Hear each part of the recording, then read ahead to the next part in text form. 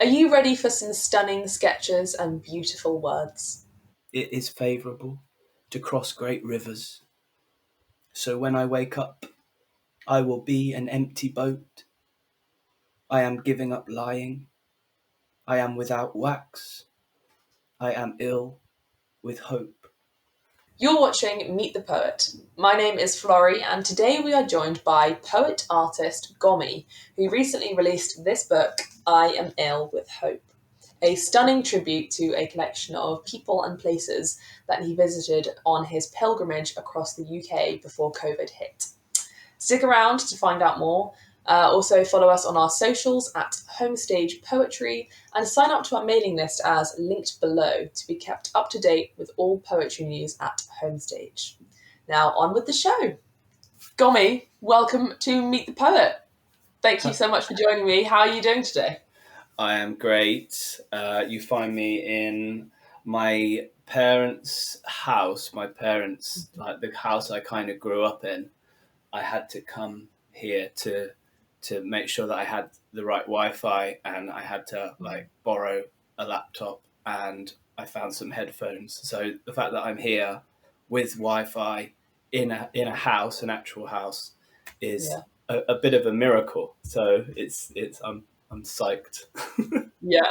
I mean, for everyone watching, this is as you said, this is not where you live. You live on a boat, which is very difficult for recording something like this. It's very Um, difficult. Anything to do with 4G or Wi-Fi, oi, yeah. very difficult. Very difficult.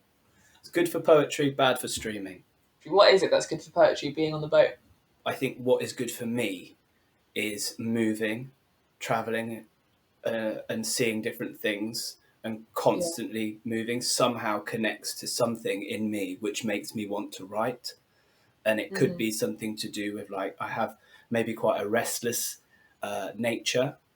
I maybe something to do with like wanting to run away from something, I don't know, but like always moving has always helped me, and it's always like triggered something inside me which makes me be able to somehow stack the chaos. um, Mm. and so when I'm traveling, it's just, and when I'm moving, it's everything seems clearer somehow. When I'm sitting stagnant, it's all just too much. So that's why, doing those long walks that I did and traveling on a boat is actually a preferable way to exist Mm. right now. I don't know whether that is going to continue, but Yeah. but but it's the thing that kicks the muse into gear at the Mm-hmm. moment. I mean, those walks. So this is the pilgrimage that we've talked about. So for Meet the Poet today, we're going to be talking about your book, I Am Ill with Hope. And that pilgrimage is kind of what really influences a lot of the work in here. Um, Yeah. Maybe let's begin by hearing a bit about that. Why did you decide to do these huge travels and this pilgrimage? I just wanted to progress as a poet. I was in a really, like I said, I was in like a stagnant place. Mm. I feel like I wasn't developing at all. I was devolving in a way, and I wanted to do something different. And I had nothing going for me at the time. I was like pretty much unemployed. I was kind of doing poems on paper and selling them on Mm. Etsy for like 20-25 quid. I was staying in a friend's room for like cash in hand every week. It Mm. was it was it was horrible situation. Like, thank you so much for the person who gave me that room, but like it wasn't Yeah. where I wanted to be or what I wanted to do, and I was just fed up and I was stuck. And it was like it was a circle that I'd been there before, and I was like, here I am again. It's not Mm. like the prodigal son. It was almost like the prodigal like mental health issue. It's like it's back. Mm. It's always Yeah. there. It's always back. And I had to find something else to do. And I luckily got into this art fair. It was called the Other Art Fair, Mm. and made this series of work. And I sold a little bit of it, not much, but enough to give me like some money. And I I said to my friend, look, I think I need to do something different, and I need to do something with this money to I don't know, do something. And I said, I think I'd like to walk around the UK, walk around the coast of the UK in just a tent and just see how I go. Thinking that he would kind of go, oh, that's crazy, that's mad. And he, thank you, Joe, by the way, for everything, if you ever listens to this. He was just like, well, can you not, why don't you just get on and do it? You've been talking about it for ages. And I was like, really? He's like, yeah, you always talk about going around the UK. I was like really surprised. And I went, oh, fine. Fine. I'll get on with it then. Fine. So I like set up a GoFundMe page. I made like a silly little video. I mean, we were in the wake of Brexit, so it was all about going, and the idea was to go and like connect to towns and ask them questions about where we are at, where they are at, where I am at. Do I connect with these places? Do I connect with these people? Am I completely in a bubble all the time? You know, and so it was this concept that was sort of formed, which was to like go and discover, go and search for hope. Like I am ill with hope was a mantra that had existed for a couple of years for me. And So I set the GoFundMe page up. A few people donated, and I mean, one friend was so scared for me that he was like gave me like a fair amount of money for me at the time in order to get the tent and stuff, because he was like, look, you need the right gear, and I'd only ever been like camping at like a festival and stuff. And so I got the tent, I got the boots, and I got driven to Dover by my friend, and he just plopped me there in mid-April of 2019, and we were like, bye. I was like, bye. He was like, when are you coming back? I was like, I don't know. In hindsight, it was a really brave thing to do. At the time, it didn't feel like that at all. Like, it felt like I had no choice. I was quite excited about it. And I just had something in me. Like I look back on this book now, and I had some sort of fever in me, which was to write and write outside of myself and be sincere and, you know, ask proper questions, and not be afraid to be, I don't know, like sentimental or romantic about a place or people. I had it all inside me, and so I wanted to go and discover that.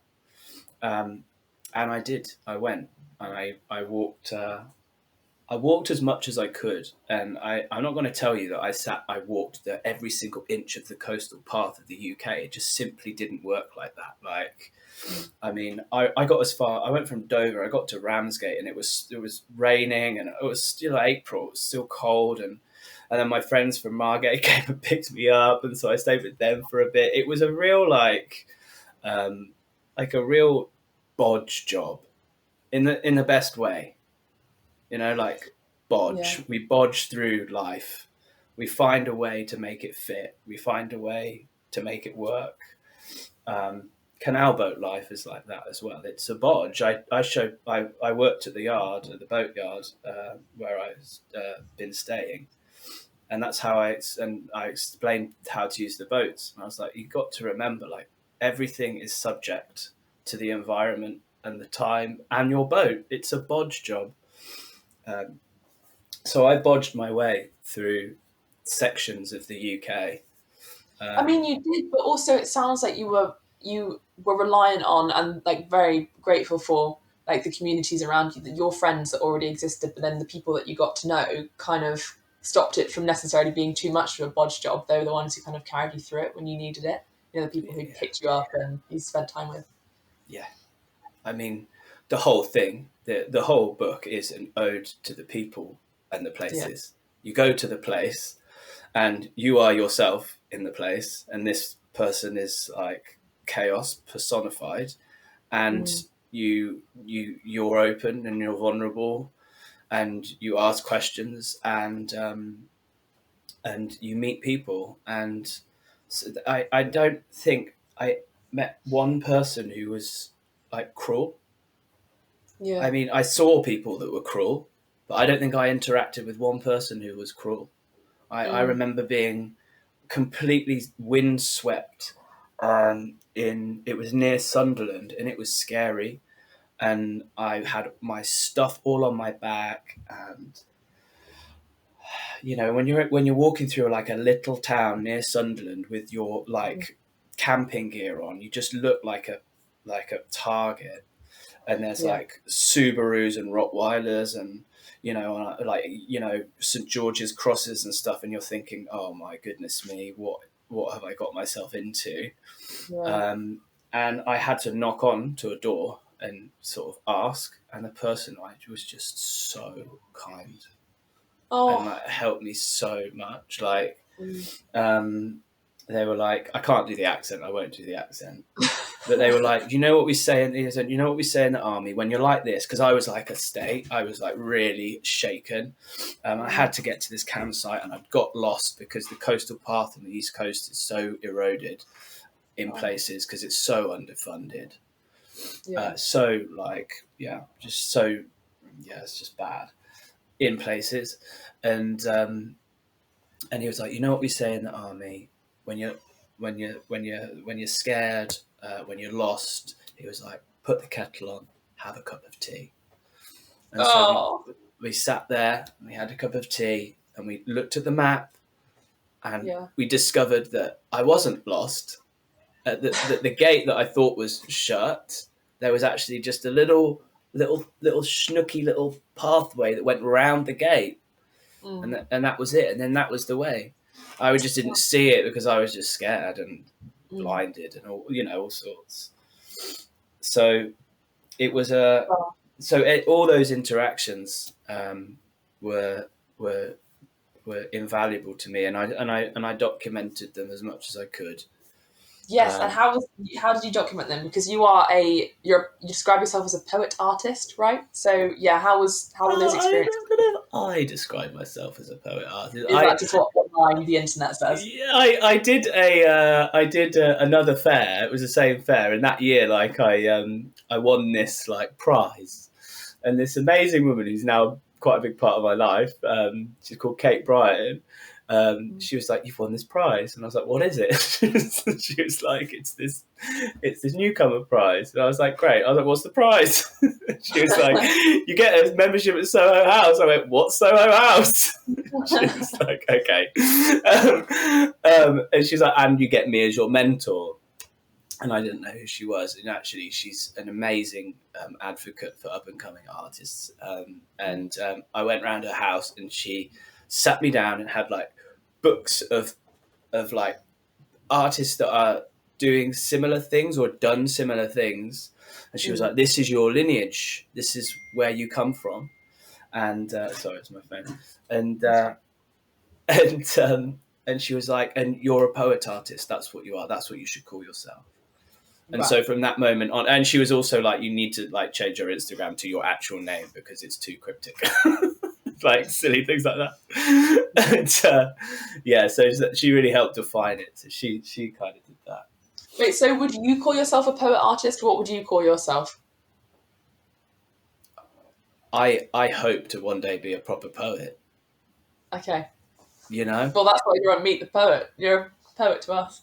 it's So. like, yeah, Teresa Lola started following me on Instagram, and I was like, "Oh my god, I'm a massive fan of your work! Like a proper poet follows me." And she was like, "Dude, you need to start calling yourself a poet now. Yeah. You're doing all right."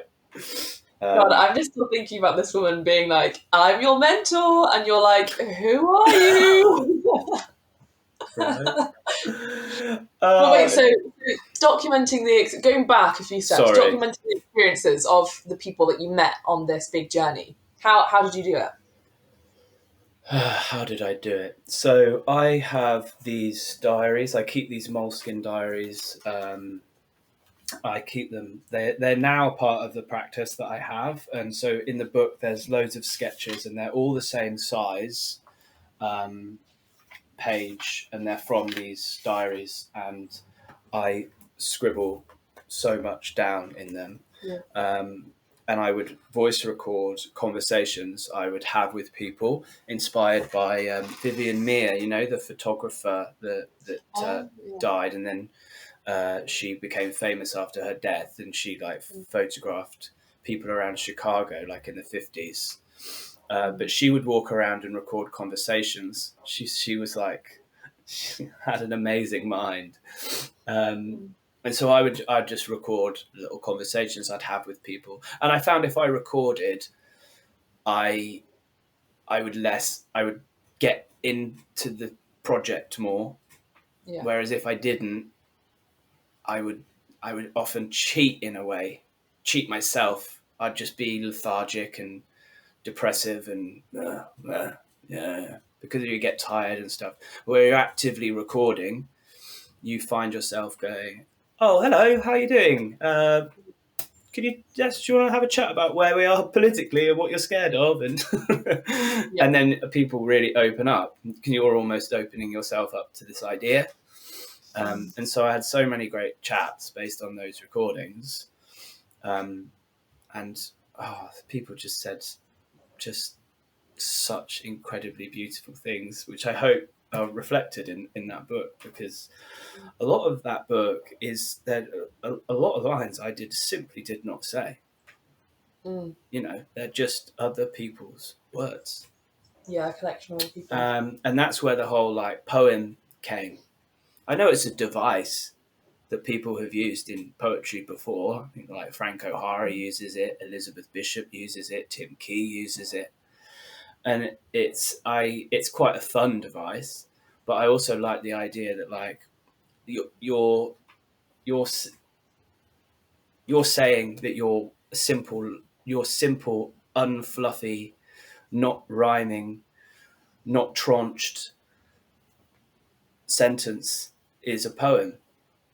And that would often like surprise people. They'd be like, "No, it's not." And I'd be like, "Well, it is, because I've just written poem above it." I swear I Yeah. could turn to a page and I'd find where I've done it. There's one straight away, first page, and it just says poem, strong feelings. Because someone said to me, they just said that, you know, it was a reaction, and they went, "Strong feelings," and I went, the way in which she said that is worthy of it being a poem, and I stand by it, because Yeah. to me it was a naked moment, a true, beautiful, pure moment, and I somehow stand by it, and I believe it somehow works. This is where, so I mean, it's probably about time that we actually hear some work from the book. Where is the book? But that makes me think of the poem "I Know I Am Honest Somewhere," because when I read that, it's one of those ones. I mean, it's short and snappy, but it just feels like you've got to the root of the poem in such a quick way that otherwise could have been a page or pages long. And I mean, that's kind of what poetry is about, without wanting to be too general, but being precious with the words and using them quite carefully and almost sparingly. I feel like that poem is a really good example of that. Yeah, I mean, I am by definition not a simple, like clear mind. I go the wrong way around the houses all the time with everything, just trying to find the keys, or just leave the boat takes like just frigging ages, and it's really stressful. And so to be able to write 8 pages or 4 pages and then distill is I suppose like a way of like I said before, like sort of stacking the chaos, and then there's much more power in it somehow. It's That's really well. I don't think it always works, which is why like I have these urges to do like longer poems or whatever. But I just think whatever you're feeling, whatever form it takes, you've got to do it, and you've got to do it. You've got to do it for its longevity, even if it's like this, or even it's like I had that Bob Dylan song, "I Contain Multitudes" song. Oh my God, I love that song so much. What are you doing? He's just going at it for as long as it takes, and he was just like, "I'm gonna Yeah. keep going on this. I'm this person. Yeah. I'm this person. I'm this. I'm this. And it's just non-stop." You can have confidence in yourself to do that and not think that people are going to tune out, actually. Be like, yeah, no, you will sit and Yeah, listen to what it is I've got to say. it's a sign of a true artist, isn't it? Where you don't think too much about what's acceptable in the poetry world or in the music world. Yeah, what I'll do is I'll read these. I'll just read one after the other, and then I can talk a little bit about the images and how they came to light. Because actually, you've particularly two of them. You've picked pretty intense times. Mm. So, poem. I am sitting on the world's floor, at home and alive.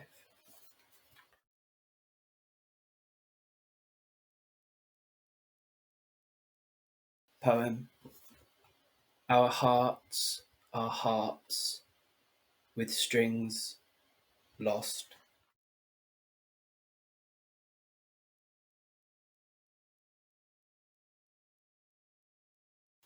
Poem.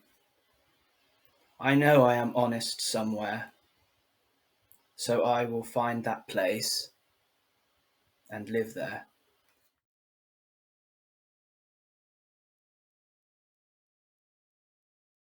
With that first one, I'm sitting on the world's floor at home and alive. I mean, it was in the again. So many of these are in the wake of lockdown, Mm. and during a lockdown. I mean, that pilgrimage that I took was cut real short because of the lockdown, and that was Mm. very hard for me because I was gaining traction and some sort of like I guess significance in the art world. I'd like won that little award, and it was like you're the poet artist and you travel and you write and that's your thing, and then suddenly it was like no. Yeah. um, and I can't quite remember the whole thing. I think it was a time where time wasn't even a thing, was it? It just became a total sludge. Yeah. But there was a sort of lift, and I had to go to London for one reason. And I remember going to Dalston Kingsland and sitting in Mm. Dalston Square, which is where that is. And there were very few people about. It just opened, and Mm. I was so happy. I guess happy and sad at the same time. Yeah. And it was this place I'd known quite a lot. I used to live there, and I it was just incredibly sad to see very few people around. But I was Mm. just on literally on the floor, just in the dust and in the Dalston dust, and just yeah, just really I guess kind of happy to be there. Mm. In even though it felt like it was this apocalyptic Orwellian scene, and you can see on the actual image it is a bit Orwelly, with the security cameras and it all. Yeah. Even though there's trees, it looks very much sort of. It's all very placed, isn't it?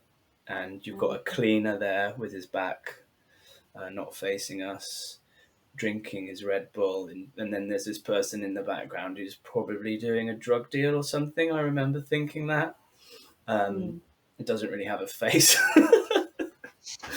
um, so yeah, that one, yeah, is. Well, they're all really important in their own way, and they've all got, they've all got such a story behind them with every image. Otherwise, what's the Mm. point?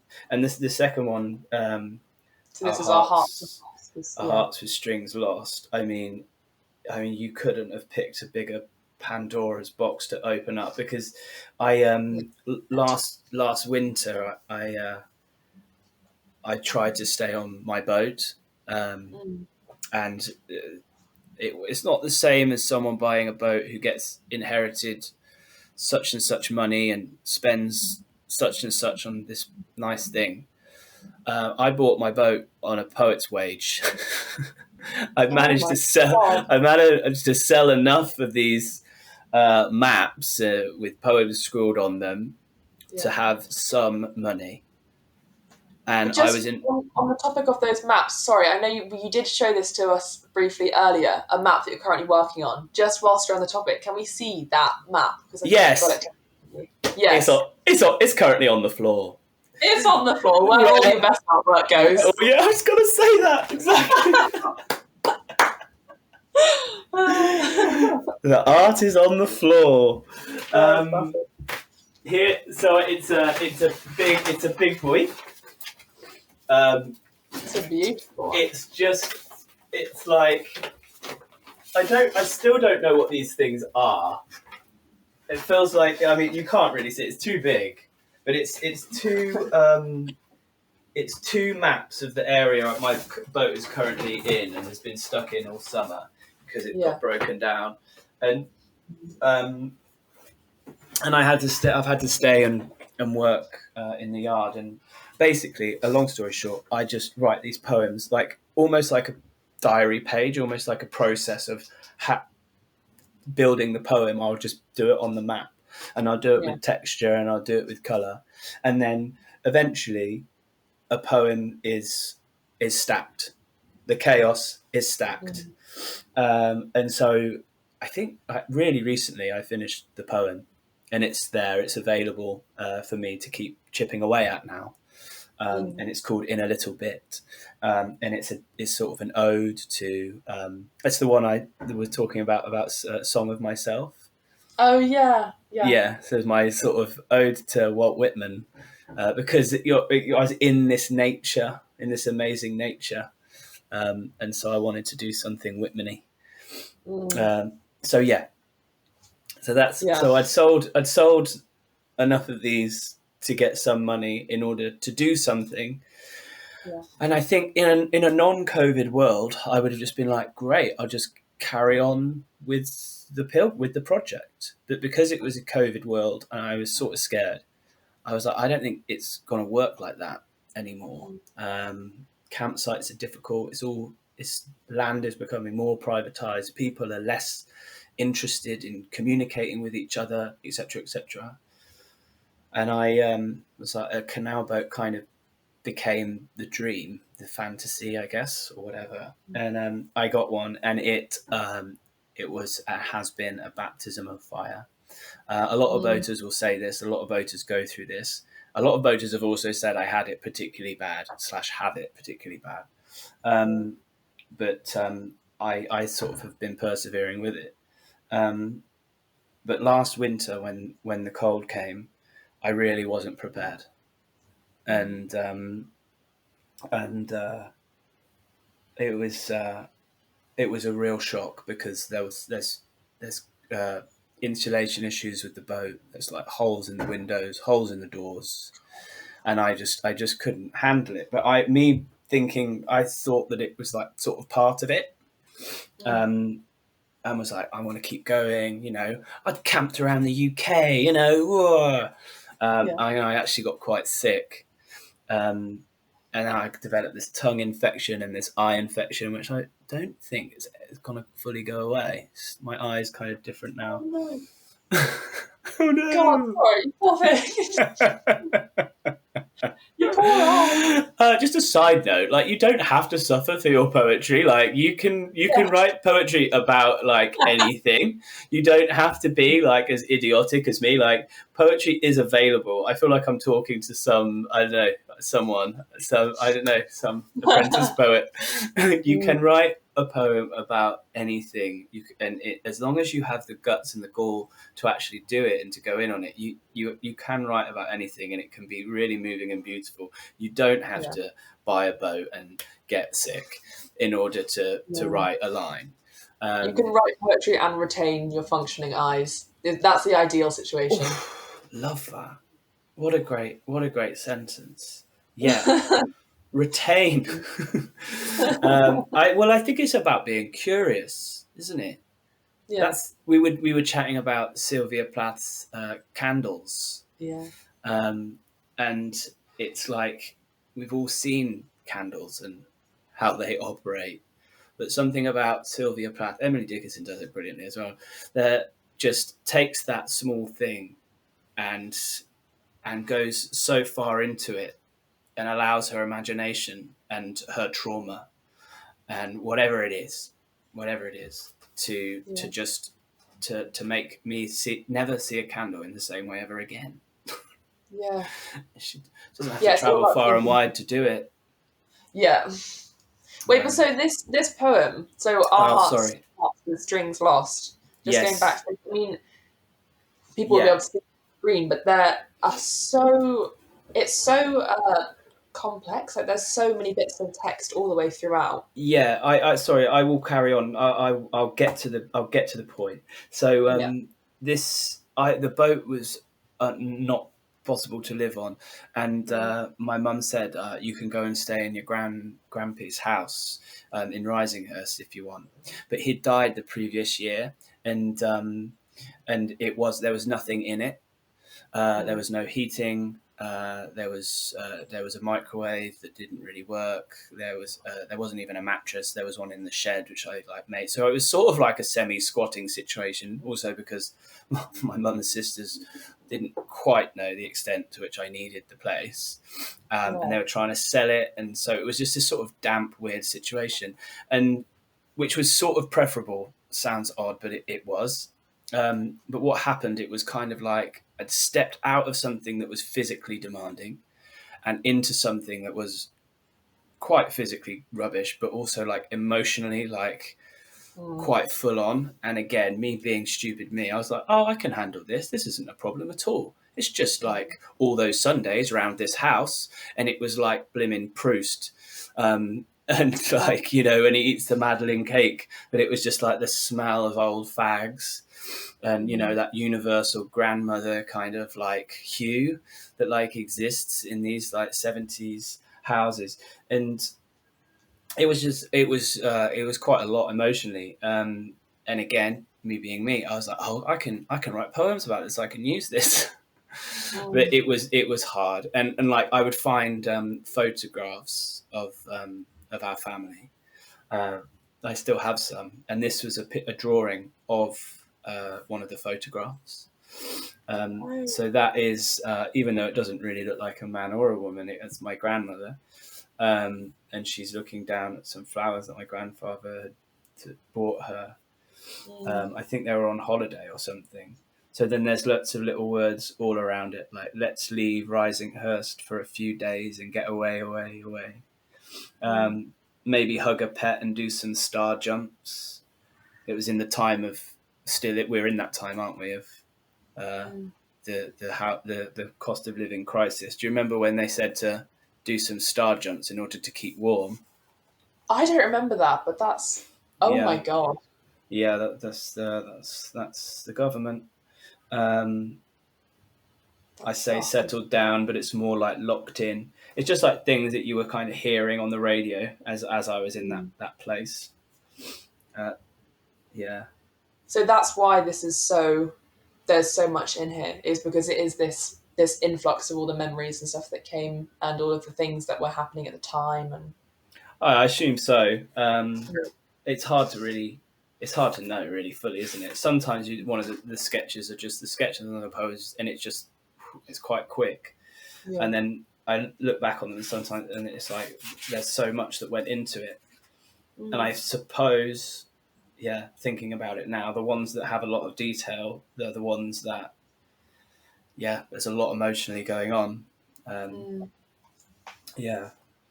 I can't remember the last one. The last one you read was I Know I'm Honest Somewhere. What's the background to this? Do you know what? I think that one I just just to really like contradict myself. I think I'd already written the line, and I had that image because I was just meeting a friend for dinner in London. It was just a really nice bricked building, Oh. And I just had that picture, and I'd been writing that line for a bit, and I think I just wanted to put that line somewhere. So I think that Yeah. one's less gravitational. I love that though. No, it's just that idea of the place being like a physical place where you are honest, and yeah, I just think that's a really perfect sentence. I know I am honest somewhere, so I will find that place and live there. It's external and it's internal, isn't it? Yeah, Um, yeah, yeah, yeah, and it's relying on yourself. It's relying on your surroundings, geographical yeah. place. I think that one thing I've noticed about, so I suppose I almost wanted to say Gommie then, because he is sort of like a character. He is sort of like this person that's not quite me. Is that Gommie? It has this is always trying to figure it out, and I feel like that's how he writes. Whereas I'll like write a lot of things where I feel like I've got it figured out, and then of course that will all come crashing down. So I recently wrote loads of poems where it was like I don't know, I've been reading, can't pronounce it, the Upanishads, and these like old texts, old like Eastern texts, and so you get like you feel like you're blimmin' Siddhartha under the tree, and you're in the nature, and you're like, yeah, I'm William Carlos Williams, yeah, the red wheelbarrow, yeah, it's my boat, ah. And then it all goes to absolute shit. And then you have all those poems that are this sort of like guru sort of like, oh, I've got it, I've figured it out. And then you have the poem which is the confessional actual poem, and that is the poem, that's always the poem. And then I sort of have to throw the other ones away or like use them in another sense because they're not as truthful to me as the constantly searching. But also like you're searching with a quite a fair bit of it's gonna be okay. Like it has to be. With that in mind, do you think it's time to read the title poem, "I Am Ill with Hope"? Yes.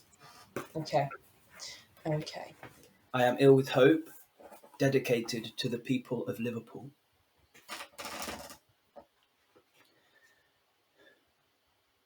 I am ill with hope.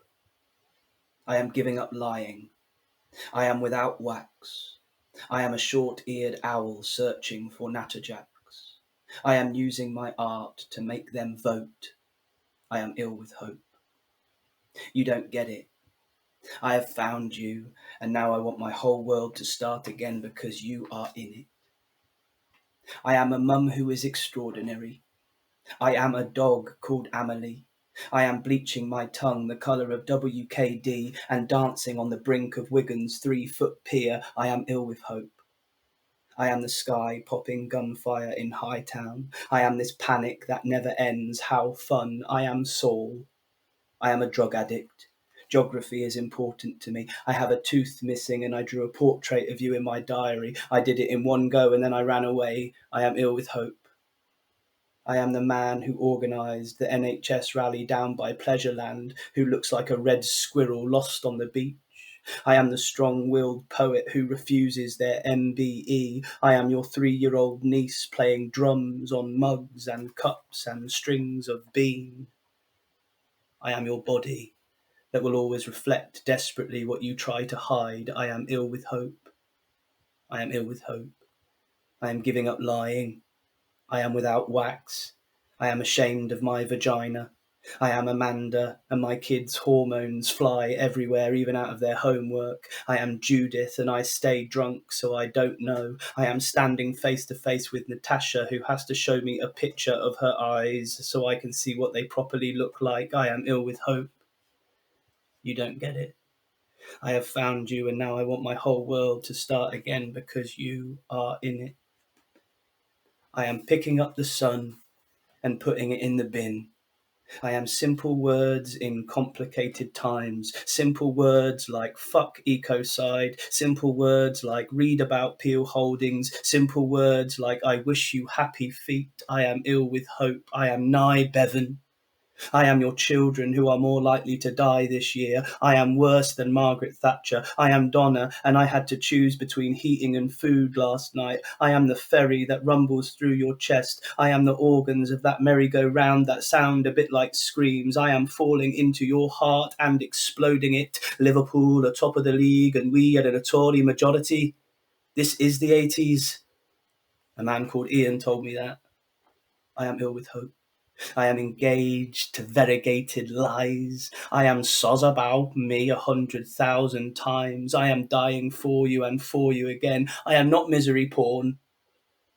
I am the smile planted under the demolition of every great port.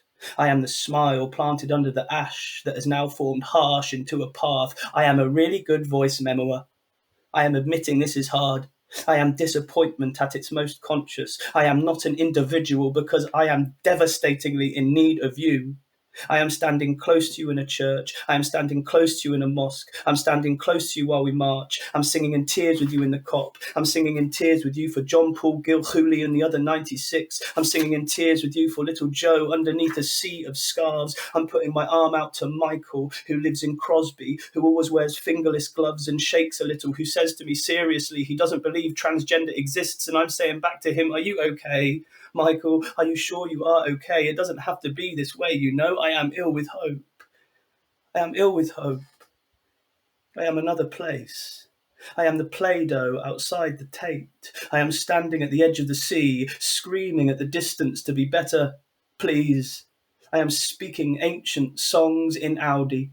I am the Scouse male version of Scarlett Johansson. I am the broken library in Billericay. I am the rapeseed near Colchester that marks my map. I am foulness, but everywhere.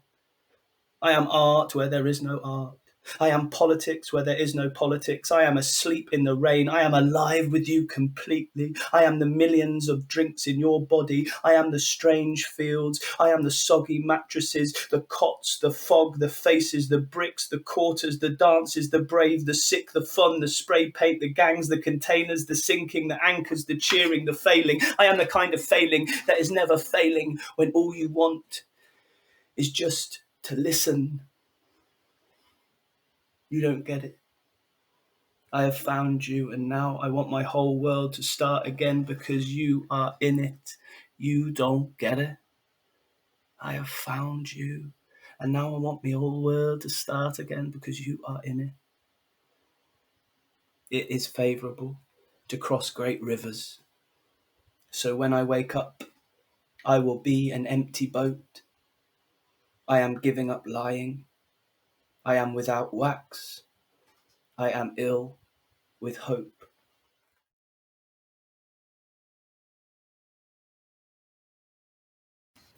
Oh, that really deserves a round of applause. Oh, bloody hell. I read that the other night and hadn't read it in ages. And I was shocked. I shocked myself with how I moved. It's like I said, it's not like I feel like I didn't write that poem. It feels like a portal to I somewhere else in There are time. so many lines like I am ashamed of my vagina. Amanda, the kids in the Hormers, Michael, bloody Michael, who lives in Crosby. It's like it really feels like, yeah, it was very much not me. How does it feel to read it? You seem so. As I was, you seem so completely absorbed by it and just in that portal. How did it feel to read it just now? It was so scary. I was just suddenly got really scared. As soon as I was like, okay, I'm going to read it, I just went, oh. And then there was like, just take it a word at a time. And then, of course, as soon as you do, it's like you just completely get lost in those memories. It's like drifting out to sea.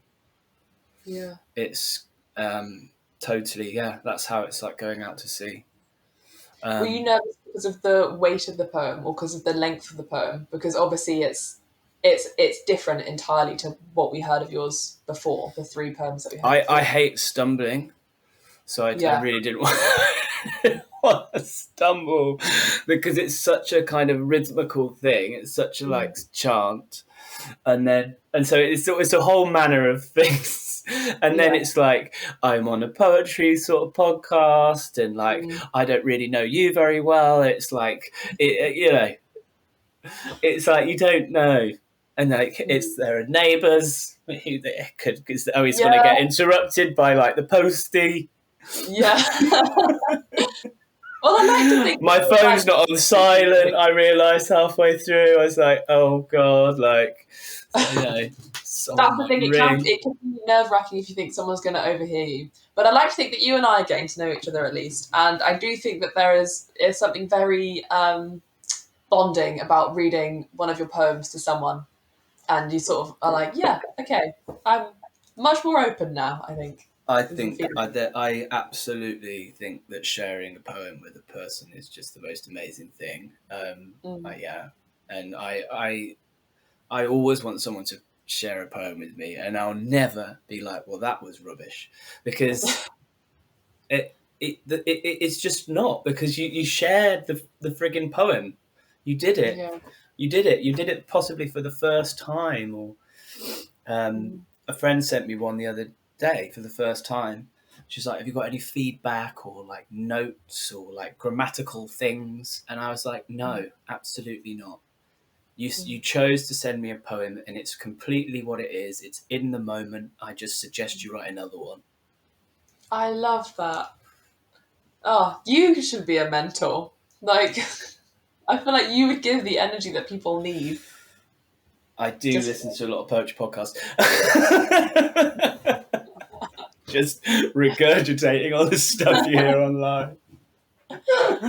I love poetry, man. Like, I really, I feel like it is just, it's a real home that has helped me so much in my little life. I said this a few times, there's certain things that it's true. I used to hide poems under my bed, like alongside like pornography that I'd found on the side of the A338. It's like that. It's that important to me. This stuff silly things that I'd written that had since gone, and I felt at the time, no shade to my parents or anything like that, but because of the sort of this area and stuff like that, it wasn't massively accepted, or maybe I didn't. I was too scared. So I would hide it. And if poetry is the thing I think that has been like a constant since I was a kid. And you then fall into these other things. Like I was like a rollerblader for a while, but lo and behold, I started writing about rollerblading. Yeah. And then started like writing for like the rollerblading magazine that's in the country. I did that for a bit. Yeah. I was like 17 years old. I was like writing about like how going out in England is different to going out in America, because all the streets are cobbled and more difficult to skate on. So, and that's where the creativity begins. Blah blah blah. And then of course, I went to drama school, and I found like drama, and it's like that is such an amazing education into poetry, because you're actually getting to speak true geniuses' words and truly get them under your skin. And but I would always write, and luckily my drama school really encouraged that, and we'd write our own scenes, and we'd even be allowed to perform our own poems if we want. Not that I did. But there were exercises that were pretty much that. But it was always poems. It was always poetry. And even like we said about the like Laura Marley thing, as soon as I graduated, I was kind of getting acting jobs, but all I cared about was like, finding the next poem, finding the next book. Yeah. Like I did a tour once, and I hated the tour. I hated every single second. It was a mess. It was called The Three Musketeers and the Princess of Spain. It was with English touring theatre, and so few of us got on. It was messy. Oh, And I came back, and I had no money. You don't make any money in theatre. And I was like living in Dalston, had no money even to pay the rent. And I went God. out. I want to tell this story because it is true. And I went out, and I was so intent on being a poet. I'd had enough. Yeah. I think I was 20, 24, 25, and I had enough. And I went out, and I must have had so little money in the bank. I don't know what I was thinking, but I went and bought a desk, and it was like an office desk. It wasn't like a nice desk. It was like an office desk that I got in this like secondhand like bit, and I wrote on the underside like, "This table kills fascists." Like how Woody Guthrie and Bob Dylan had "This machine kills fascists." Like, "This table kills fascists," and I would just sit in that room. We were on the rock and roll, on the dole, and Yeah. and I would just sit and read Dylan Thomas and Well, you were try. destined to be a poet from like day one. There is actually, I don't know how to segue into it in the most, I don't know, candid way possible, but you told me a hilarious story yesterday about you Yes. first. What about you first realizing that like plays can be poetry? Yeah, Um, yeah. I So it's like I was awful at school. I was put into special needs because I couldn't spell, and I probably still do have ADHD, unlike undiagnosed. Don't know what's going on, all undiagnosed, and and I I really connected to drama. And you asked me yesterday what what poets do, what poetry did I read, or how like did I where it get began, into yeah. it, where it began. And I immediately remembered Macbeth, and I Mm. remember doing Macbeth, and I remember like being so into it, like the bubble toil and trouble, the blood and the red that the green that turns to red, and the knocking on the door, and the milk coming out of the boob that isn't milk, that's poison, and just the whole thing just completely moved me as a teenager.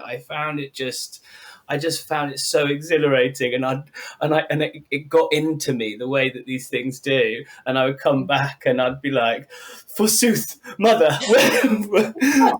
where is the milk? What is this milk I see before me?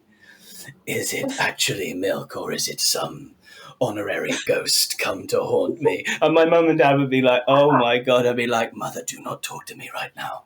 I have to go up the blasted stairs." So dramatic. Oh, I love it. Well, I remember loving it. I remember just it Yeah. being.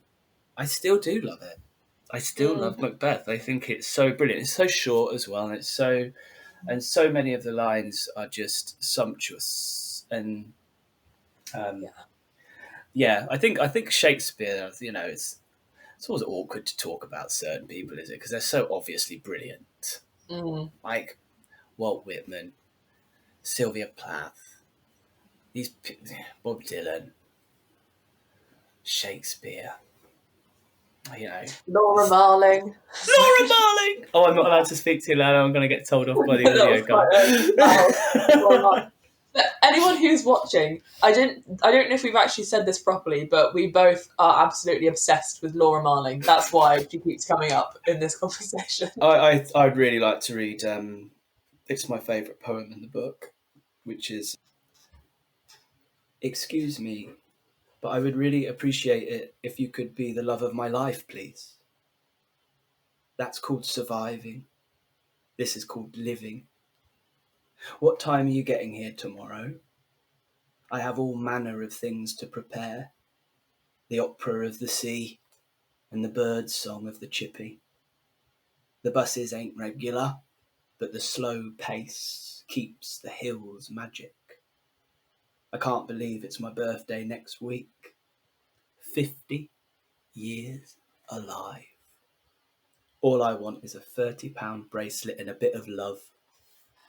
I'll check the times for you. I'm excited, but also a little nervous. We've all changed so much. It's a different world now. We all need to protect each other. My heart is big, and my skin is thin, and the world is scary. Anyway, I'll see you when you arrive. I'll wait at the bus stop for you. Oh, I Liv. love it. Liv. Oh, Liv. I mean, I haven't met Liv, but I feel like I've met her in some capacity. The line in the first stanza, the opera of the sea, the bird song of the chippy. That is beautiful.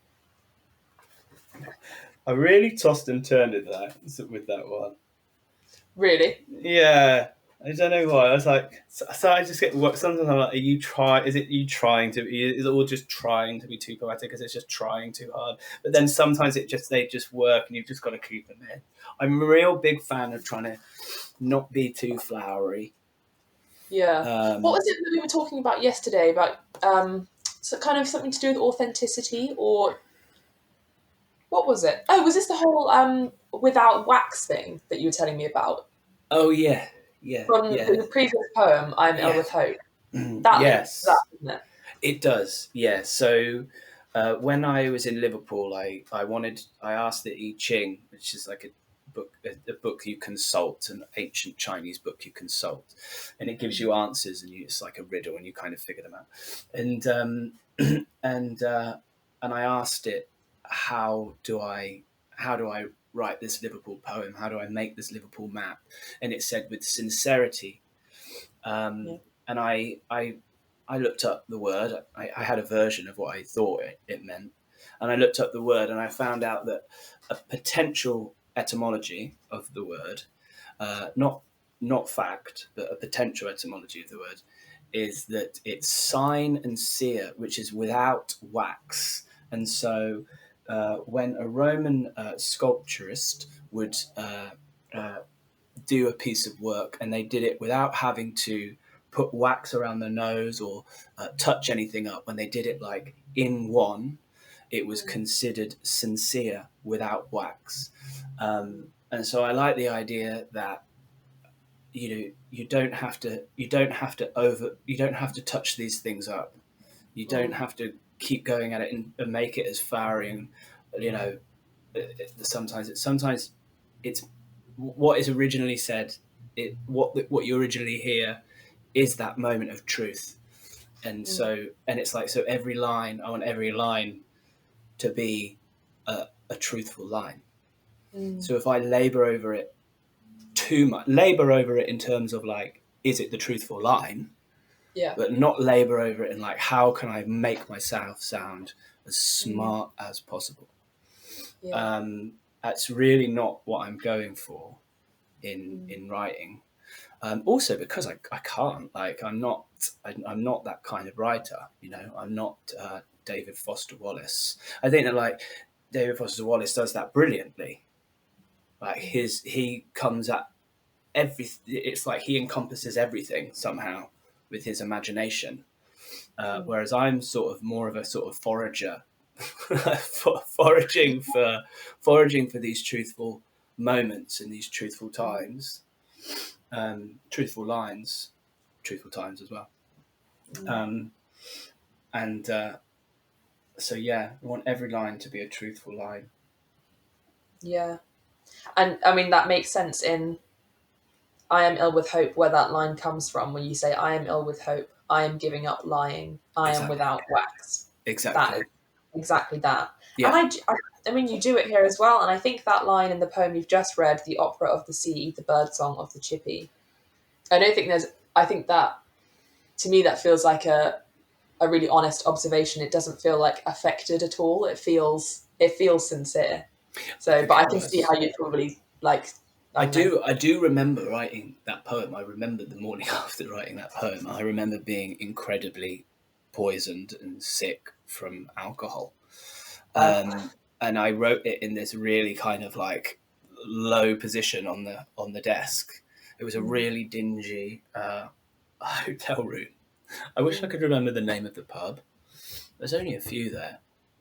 And it was obviously the most dingy pub there because me and my friend would also, he would come with the walk with me sometimes. And we'd always let's go to the pub where the story is. So you always go to like the most spicy pub. Yeah. I'm aware that there's a very privileged position that I can go into a spicy pub and sort of like blend in, which then there's a sense of shame about that, but also like I'm trying to figure myself out. I'm trying to figure the country out and trying to figure where all this is. So I just I'm aware of that privilege. I've spoken to a few people about it, and they'd be like, I couldn't do that. No way. I wouldn't be able to. Wouldn't be allowed. Well, Yeah. I mean, I think I don't want to stop, but I think we are coming up to your final poem. No. I know. I don't want to We've had stop. such a good chat. We've been waiting for this chat for blimmin' ages. Yeah, we have. Every time we've spoken before, we've been like, no, don't start talking about that. Save it for this. Unleashed. Thank you for saving your stories and for sharing them and for sharing everyone else's stories. I mean, this has been a beautiful portrait of so many different landscapes. Yes. I think, the book I Am Ill with Hope, out on the 27th of September, I Am Ill with Hope by Gommie, is available in all good bookstores. It really is. It's other people's voices. I was just was really, really happy to be able to compile them. You can't help it. It is you. It's going to be you anyway. Yeah.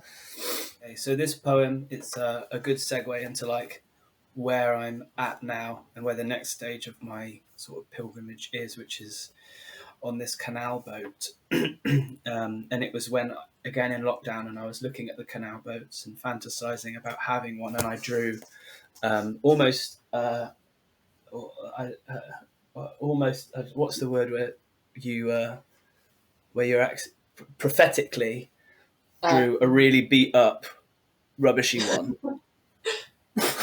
Like I didn't draw the really nice one. Anyway, it's called I Will Be Floating. I will be floating with wild geese and woolen jumpers, with soft smiles and miles of ancestors. I will be floating with toil and satisfaction, with log burners and stolen settees from the harbour in Durham, floating up mountains, floating in Joya, floating in yellow sheds with Muslim writing on. I will be floating around the holy goats that stand so still they could be a mosaic, around all the world and its presented image. I will be floating in my own time, with a bit more work, with humility and battle, with my help to change the laws, with the responsibility of a lullaby, and being familiar with myself as a pilgrim. I will be floating